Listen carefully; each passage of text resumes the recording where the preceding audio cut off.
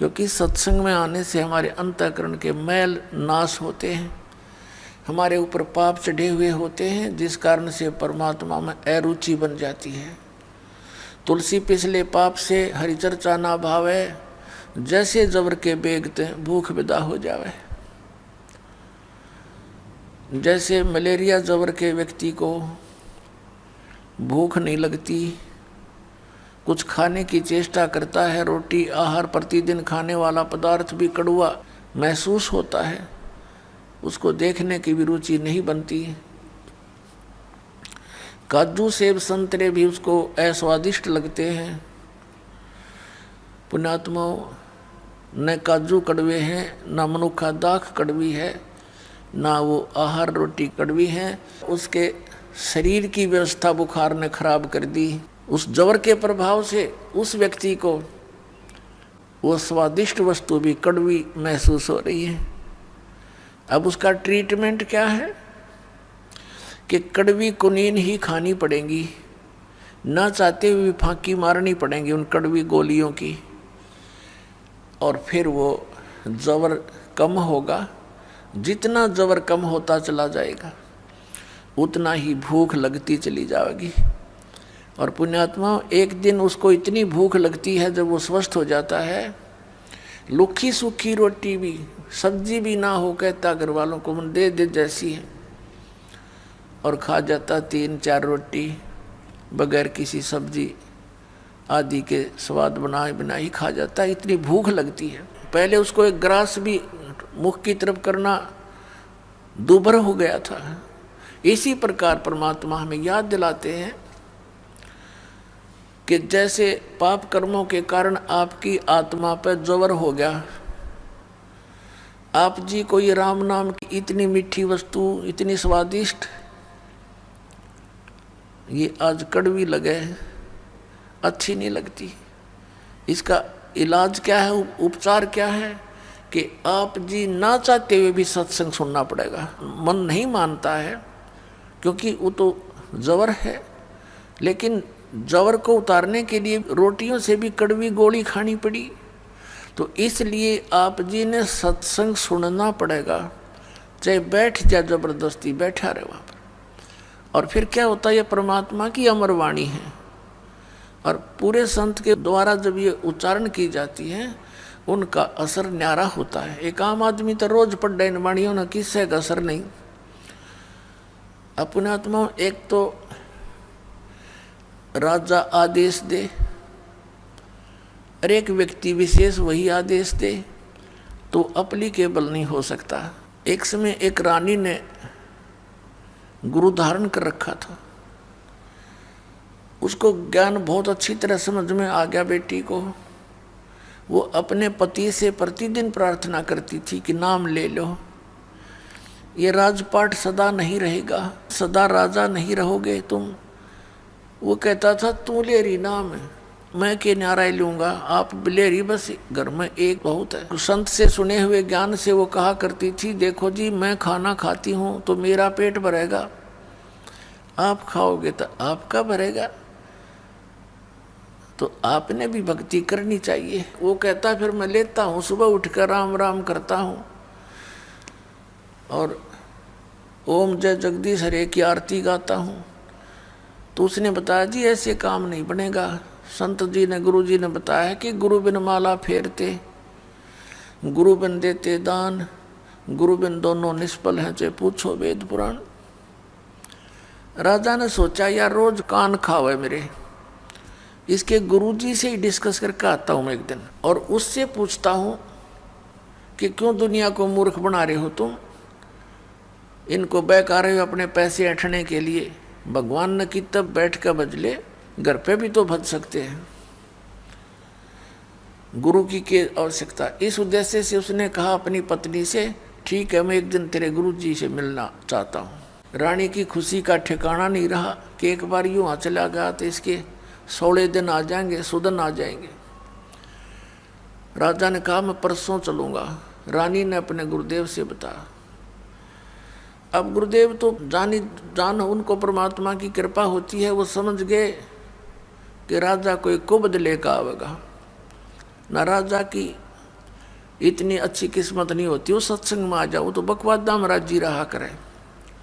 क्यों उस समय उसका आगे पाछे 50-60 आदमी सलूट मारनी है, जी सर करनी है, उसने भगवान की आवश्यकता कतई नहीं होती, वो तो ज्ञान से पता लगता है। राजा आया और अच्छा आसन दे दिया गया राजा को। तो संत जी ने कहा कि आओ राजन, कैसे आगमन हुआ। राजा तो जिस उद्देश्य से गया था सीधा ही बोला कि आप क्यों इन भोले बालों को मूर्ख बना रहे हो, क्या गुरु बनाना आवश्यक है? भक्ति तो वैसे भी कर सकते हैं, क्यों दुनिया को मूर्ख बनाए बैठा है। तो संत ने सोचा कि अब मैं जय इसके प्रश्न का उत्तर नेगेटिव दे दूंगा, उसको तो नेगेटिव लगेगा, तो ये ना जाने के कुब्द कर देगा। उसने कहा राजन, अब तो मेरा भजन का समय हो गया है, मैं कभी आपके घर आऊँगा और आराम से बैठ के डिस्कस करेंगे। राजा ने सोचा बहुत बढ़िया, वहाँ इसकी खूब खबर लूँगा, अच्छी तरह इसके कान खाऊँगा, सारी पूछ लूँगा इससे। कहने लगा ठीक है, आप वहाँ जाना। यूँ कह कर राजा उठ कर चला। अब क्या हुआ, रानी को बता दिया अपनी शिष्या को, बेटी मैं इस परसों आऊँगा, राजा से मिलूँगा। उसने जाके घर बता दिया कि कल गुरुजी आएंगे मेरे। अब राजा बाहर बैठा सिंहासन के ऊपर, नो सज दे के अपनी पूरी टौर दिखाने खातिर आसपास सैनिक खड़े, बॉडीगार्ड, अंगरक्षक, नौकर। अब बाहर पहरेदारों से यानी नौकरों से बोल दिया गया कि एक संत आएंगे, रानी के जो संत हैं। वो नौकर जानते थे क्योंकि रानी को साथ लेकर जाते थे रथ वगैरह में, कि उसको आने देना, रोकना नहीं। अब वो संत जी सीधे जा रहे थे, राजा बैठा सिंहासन पर, ऊंचे आसन पर, सैनिक खड़े थे। उस संत ने कहा कि सैनिकों, इस राजा को अरेस्ट कर लो, जेल में डाल दो। अब वो उसके मुंह की तरफ देख रहे हैं कि यू क्या बकवास कर रहा है, और वो राजा भी देख रहा है कि अच्छा बकवास दिया आदमी, ये तो मेरे राज्य को हड़पना चाहता है। उस संत ने फिर कहा कि तुम्हें सुनाई नहीं देता, अरेस्ट करो इसको, गिरफ्तार कर लो इसको, ये बैठा सिंहासन पर। अब वो टस से मस नहीं हुए, वो आज्ञा का इंतजार कर रहे हैं, आदेश का, कि राजा क्या आदेश देता है, इसका बकलता रहे भी। राजा ने कहा कि इसको अरेस्ट करो। इतना कहना ही था कि वो पकड़ ली बाजू दोनों तरफ से। अगला आदेश क्या होगा ये वो इंतजार कर रहे थे। तब वो संत कहता है कि राजन, गराए आदमी की बेइज्जती नहीं करा करते। आप तो तू बुला के आया मेरे को, राज मेरी बेइज्जती कर रहा है। राजा बोला तेरा दिमाग खराब हो गया, तो ये शब्द कैसे बोले कि इसको गिरफ्तार कर लो। तो उस संत ने कहा कि मैं आपके प्रश्नों का उत्तर देने आया हूं कि गुरु के बिना क्या भगवान की भक्ति नहीं हो सकती। राजा बोला कि ये कैसा तेरा उत्तर भाई, कि मैंने छुटवा तो देख बहन ते, फिर बताऊंगा। तो उस राजा ने कहा छोड़ दो, उन्हें छोड़ दिया। अब संत ने कहा कि देखो राजन, जो शब्द मैंने बोले थे वही आपने बोले। मैंने इनसे बोला था राजा को अरेस्ट कर लो, ये टस से मस नहीं हुए, और आपने वही शब्द बोले थे इसको अरेस्ट कर लो।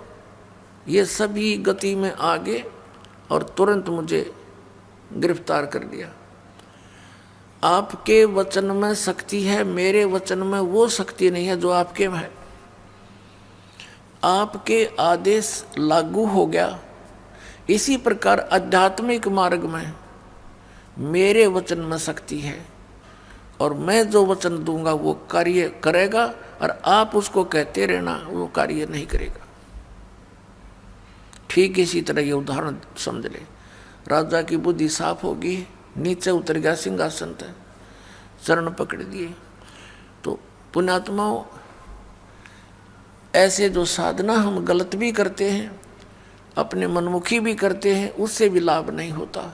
तो संत के वचन में शक्ति होती है, और उस शक्ति से ही वो शब्द आपके अंदर काम करता है। जैसे जो औषधि होती है इंजेक्शन के माध्यम से शरीर में प्रवेश कर दी जाती है तो वह काम करेगी, और बगैर सिरंज के वह अंदर नहीं जा सकती। तो ये समझो कि संत की वाणी सिरंज होती है, वो आपके अंतःकरण में इस मंत्र को प्रवेश करती है, फिर वो मंत्र आपके यहाँ कार्य करता है। इन्हीं मंत्रों को अन्य आदमी देता रहेगा, कोई लाभ नहीं होगा, अधिकारी है ही नहीं वो उसको देने का। तो इस प्रकार संत वचन की शक्ति से आपके अंदर भक्ति प्रवेश करते हैं, और फिर इस सत्संग के माध्यम से ये वाणी अमर वाणी जो महापुरुषों ने बोली थी, उस वाणी को अधिकारी बोलता है तो वो आपके ऊपर असर करती है।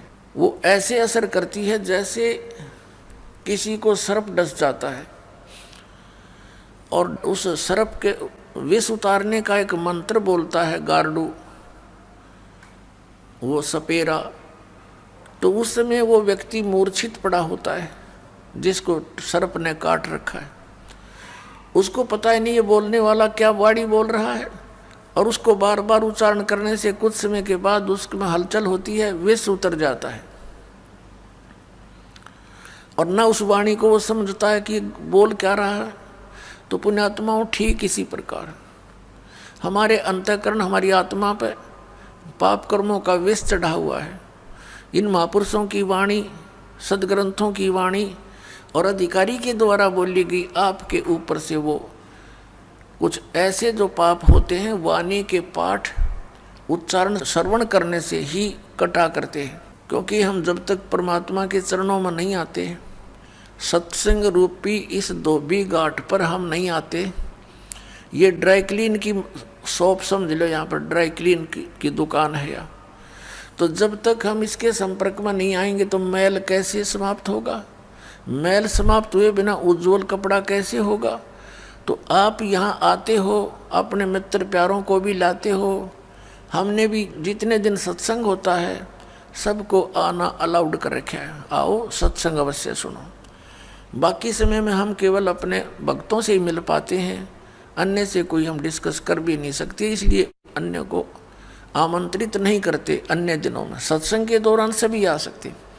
तो कोई मित्र, कोई रिश्तेदार, रिलेटिव किसी के साथ आता है तो चाहे वो किसी उसकी शर्म से भी आ गया, प्रार्थना से आ गया, किसी कामवश आ गया, तो यहाँ सुनेगा। वो चाहे अनचाहा बैठा रहे, उसके ऊपर भी उस गारुड़ के मंत्र की तरह असर हो रहा है, और एक दिन ऐसा आएगा कि उसको भूख लगेगी उस परमात्मा की वाणी की, और फिर वो ऐसा आएगा कि लोग नो कहेंगे इसका भी पता नहीं कि मंत्र मार दिया।